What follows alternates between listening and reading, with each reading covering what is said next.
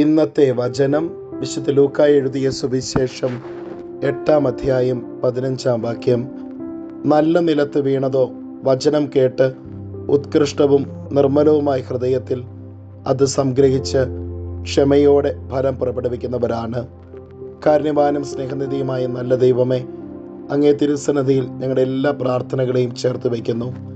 ഈശോനാഥ, അനുനിമിഷം വചനത്തിന് യഥാർത്ഥത്തിലുള്ള ഫലം പുറപ്പെടുവിക്കുവാൻ, ഞങ്ങളുടെ ഹൃദയമാകുന്ന വയലിനെ ഒരുക്കി ജീവിക്കുവാൻ ഞങ്ങളെ അനുഗ്രഹിക്കണമേ. അമ്മേ മാതാവേ, ഞങ്ങൾക്ക് വേണ്ടി മാധ്യസ്ഥം യാചിക്കണമേ. നമ്മുടെ കർത്താവ് ഈശോ മിശിഹായുടെ കൃപയും പിതാവായ ദൈവത്തിൻ്റെ സ്നേഹവും പരിശുദ്ധാത്മാവിൻ്റെ സഹവാസവും നാം എല്ലാവരുടെയും കൂടെ ഉണ്ടായിരിക്കട്ടെ, ഇപ്പോഴും എപ്പോഴും എന്നേക്കും. ആമേൻ.